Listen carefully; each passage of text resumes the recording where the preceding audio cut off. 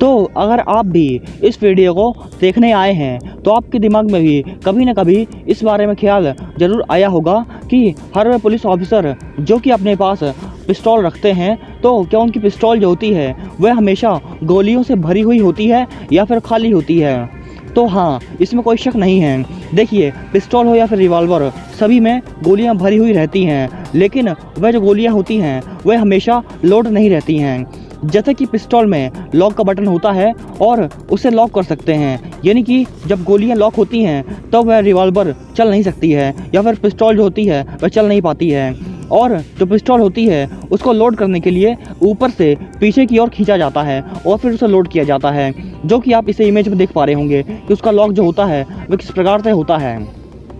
और किसी भी पुलिस की गन में गोलियां जो होती हैं वे हमेशा ही भरी हुई होती हैं और सिर्फ चलाने के लिए ही उसे लोड करना होता है। और सिर्फ किसी पुलिस ऑफिसर की नहीं, बल्कि कोई भी आम इंसान जो होता है जो कि अपने पास अपनी सुरक्षा के लिए गन को रखता है, वह भी हमेशा गोलियां भर के ही अपने पिस्तौल में रखता है या फिर रिवॉल्वर जो होती है उसमें वह हमेशा ही गोलियां भर के रखता है, जिससे कि कभी भी इमरजेंसी में सिर्फ लोड करके ही फायर किया जा सके। और कुछ लोग अपने घरों में जब गन को रखते हैं तो उसमें वो लोग जो होते हैं वह एक्स्ट्रा अलग से लॉक लगा कर रखते हैं, जिससे कि घर का कोई शैतान बच्चा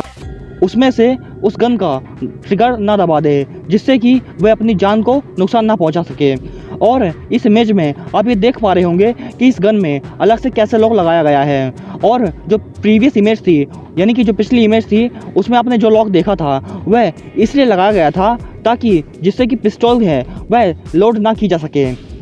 और ये जो दूसरी इमेज है आप देख पा रहे हैं वह इसके लिए है कि जिससे उस गन के ट्रिगर को लॉक किया जा सके, जिससे कि पिस्टल लोड होने के बावजूद भी उसका जो ट्रिगर है वह दबाया ना जा सके। तो अब आप इस बारे में क्लियरली समझ गए होंगे कि जो पुलिस ऑफिसर के पास गन होती है वह हमेशा लोड होती है या फिर खाली होती है। और अब हम आपको बिल्कुल ही यूनिक और डिफरेंट प्रकार के प्लैनेट्स के बारे में बताने जा रहे हैं, जिन्हें कि हम एक्सो प्लैनेट्स के नाम से जानते हैं। और जो एक्सो प्लैनेट्स होते हैं, हम आपकी इन्फॉर्मेशन के लिए ये बता देते हैं कि एक्सो प्लैनेट्स कुछ ऐसे प्लैनेट होते हैं जो कि हमारे सोलर सिस्टम के बाहर के प्लैनेट होते हैं, यानी कि जो हमारा सोलर सिस्टम है उसके बाहर के प्लैनेट्स जो होते हैं उन्हें हम एक्सो प्लैनेट्स के नाम से जानते हैं। और कुछ एक्सो प्लैनेट्स की इन्फॉर्मेशन हम आपको अब देने वाले हैं। तो इन एक्स्ट्राऑर्डिनरी एक्सो प्लैनेट्स के लिस्ट में जो पहला नाम है वह है TRES 2b का। और ये जो प्लैनेट है जो कि हमारे सोलर सिस्टम के बाहर का है, जिसका नाम है TRES 2b। और ये जो प्लैनेट है ये अपने आप में ही बिल्कुल यूनिक है, और ये इसलिए बिल्कुल यूनिक है क्योंकि ये आज तक का खोजा गया सबसे डार्केस्ट प्लैनेट है, यानी कि इसकी जो सरफेस है वह बिल्कुल डार्क है और इसमें बिल्कुल भी लाइट नहीं पड़ती है और ये बिल्कुल ही ब्लैक दिखाई देता है। और इसीलिए अगर हम इसे यूनिवर्स में देखते हैं तब हमें ये बिल्कुल ही काला दिखाई देता है, यानी कि काला नज़र आता है, और इसीलिए ये बिल्कुल ही यूनिक प्लैनेट है। और इन स्ट्रेंज प्लैनेट्स के लिस्ट में जो सेकंड नाम आता है वह है HD 189 77 3b का। और ये जो प्लैनेट है यह ऐसा प्लैनेट है जिसमें कि कॉन्स्टेंटली रेन दिखाई देती है, और ये दूर से देखने पर प्लैनेट जो है वह ब्लू कलर का दिखाई देता है। और इसमें ऐसा लगता है जैसे कि किसी ग्लास के साइड में कॉन्स्टेंटली रेन हो रही है, और इसीलिए ये बिल्कुल ही अजीब प्लैनेट माना गया है।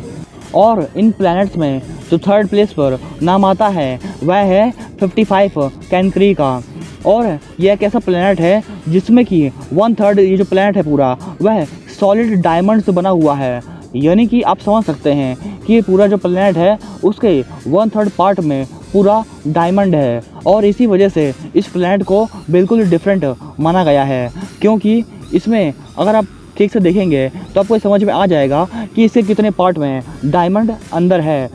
और उसके अलावा बाकी जो पूरा प्लैनेट है वह बिल्कुल ही डिफरेंट है, और 1/3 पार्ट में इसके डायमंड प्रेजेंट है। और इन एक्स्ट्राऑर्डिनरी प्लैनेट्स में जो फोर्थ प्लेस पर नाम आता है वह है ग्लिशी 436b का।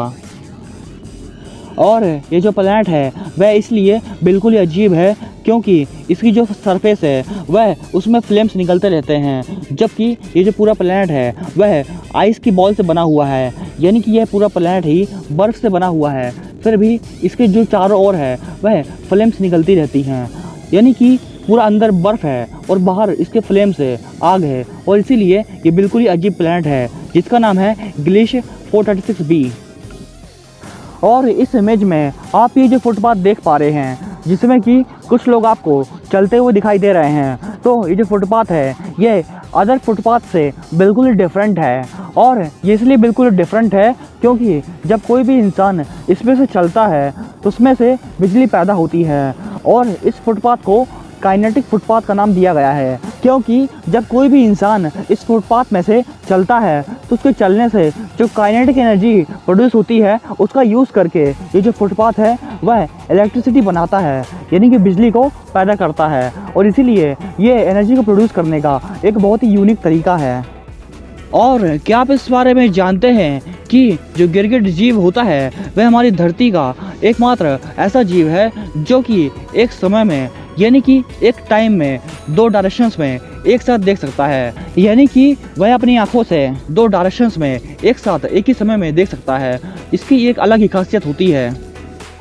और क्या आप इस बारे में जानते हैं कि जो पेड़ होते हैं वह कितनी ठंडक पैदा करते हैं? आपको इस बारे में पता ही होगा कि जो पेड़ होते हैं वह हमें ऑक्सीजन देते हैं, जिसके वजह से हमारा एटमॉस्फेरिक जो टेम्परेचर होता है वह बैलेंस रहता है, और कार्बन डाइऑक्साइड जो होता है वह ज़्यादा नहीं बढ़ पाती है। लेकिन क्या आप इस बारे में एग्जैक्टली जानते हैं कि जो पेड़ होते हैं वह हमारे एटमॉस्फेयर को कितना ठंडा करते हैं एसी कंपेयरिंग में? यानी कि अगर हम उसे एसी से कंपेयर करते हैं तो हमारे कमरे को कितना ठंडा कर सकेंगे। तो इस चीज़ को आप इस एग्जांपल से बहुत ही अच्छी तरीके से समझ पाएंगे कि जो एक पेड़ होता है वह उतनी ज़्यादा ठंडक पैदा करता है जितना कि 10 कमरों में एसी चलाया जाए, और जब एसी 20 घंटे तक चलेंगे तो उसके बाद जितनी ठंडक पैदा होती है तो उतनी ठंडक जो होती है वह एक पेड़ पूरे दिन में प्रोड्यूस करता है।